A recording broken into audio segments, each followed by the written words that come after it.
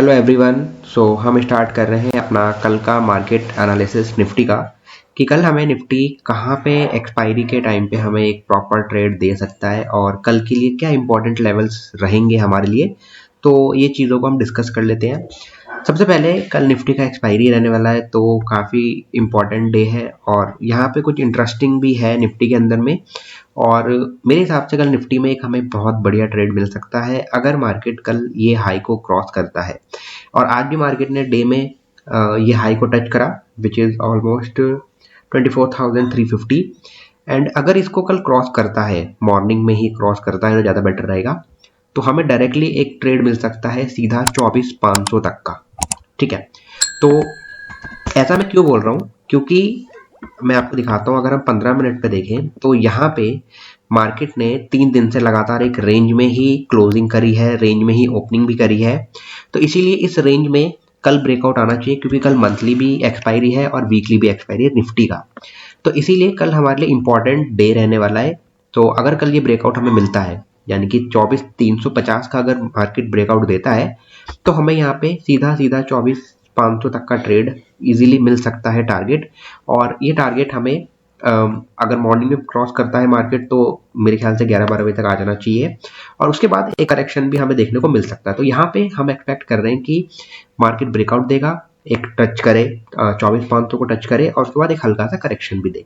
तो इसीलिए हम यहाँ पे होल्ड नहीं करेंगे, क्योंकि मार्केट जो है अभी एक बहुत ही स्ट्रॉन्ग सेलिंग जोन से निकल रहा है। तो हमें अभी इतनी जल्दबाजी नहीं करनी चाहिए किसी भी लॉन्ग ट्रेड को होल्ड करने के लिए। ठीक है, उसके लिए जब तक हमें एक प्रॉपर काफ़ी सारी चीज़ें हमें देखनी पड़ेगी, काफ़ी सारे सपोर्ट्स रेजिस्टेंस लेवल्स हैं जिसको भी क्रॉस करना बाकी है। और उसके ऊपर की क्लोजिंग अगर वीकली लेवल्स पे हमें मिलती है तो हमारे लिए काफ़ी इंपॉर्टेंट रहेगा।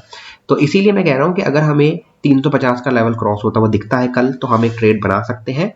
बट उसके ज़्यादा हमें एक्सपेक्ट नहीं करना है। 24,500 से ऊपर अभी नहीं सोच सकते, क्योंकि काफ़ी इंपॉर्टेंट लेवल है 24,500।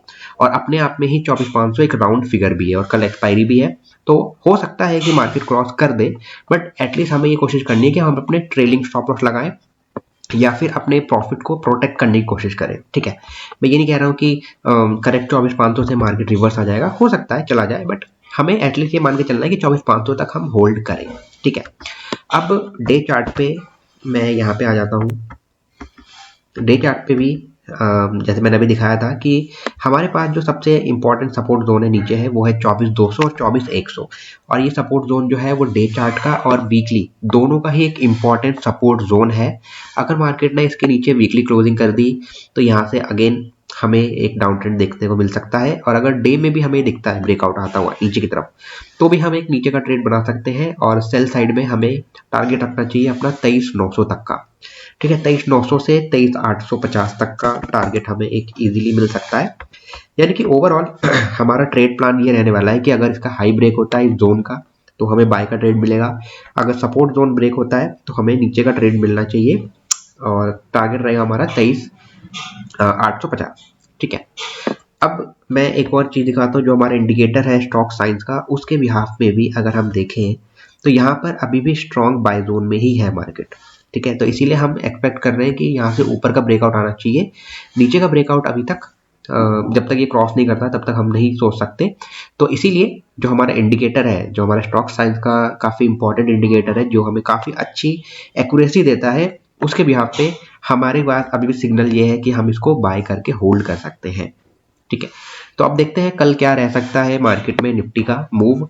और कल एक्सपायरी है निफ्टी की, तो हमें थोड़ा सा सेफर साइड ही ट्रेड करना चाहिए, ज़्यादा ओवर क्वांटिटी भी नहीं करनी चाहिए, क्योंकि आपको पता होगा कि एक्सपायरी के टाइम पे प्रीमियम जो होते हैं वो काफ़ी तेज़ी से डीके होते हैं। ठीक है, तो इसीलिए इसी बात को ध्यान में रखते हुए ज़्यादा ओवर क्वांटिटी भी नहीं लेनी है, क्योंकि काफ़ी स्टूडेंट जो होते हैं वो काफ़ी मोटिवेट हो जाते हैं कि यहाँ पे ब्रेकआउट आएगा तो पूरे पैसे लगा दो। नहीं करना है। कई बार होता है ब्रेकआउट किया मार्केट ने, अगली कैंडल सीधा नीचे भी आ सकती है, तो आप उतना ही रिस्क लो जितना जितना आप फेस कर सकते हो लॉसेस को।